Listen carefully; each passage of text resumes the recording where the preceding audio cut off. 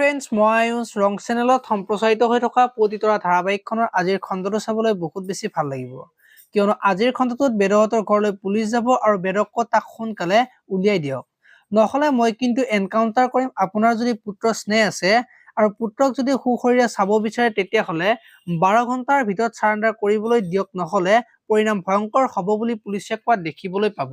আনফালে আজি জিউৰ লগত পম খেলিবলৈ যাব আৰু খেলিবলৈ মন নাই বুলি কোৱা কাৰণে পম মন মাৰি বহি থাকিব আৰু তেতিয়া পমৰ মাকে তোমাৰ গা বেয়া নেকি বুলি সুধিব আৰু পমে দেউতা অহাৰ পৰা মোৰ লগত খেলিবৰ কাৰণে সময় নোহোৱা হ'ল বুলি মাকক ক'ব আৰু মাকে তুমি এতিয়াৰ পৰা জিউবাৰ লগত খেলিবলৈ নাযাবা, যদি তাই নিজে আহে সেইটো বেলেগ কথা বুলি পমক কোৱা দেখিবলৈ পাব। ইফালে আকৌ বিন্দুৱে যি প্ৰিয়মৰ খবৰ ল'বলৈ প্ৰিয়মহঁতৰ ঘৰলৈ যাব আৰু দেউতাকক প্ৰিয়মৰ খবৰ পালানে বুলি দেউতাকক সুধিব আৰু আপুনি মিছাকৈ বেদদাক সন্দেহ কৰিছে, দাদাই তাইৰ লগত একো কৰা নাই বুলি দেউতাকক কোৱা দেখিবলৈ পাব।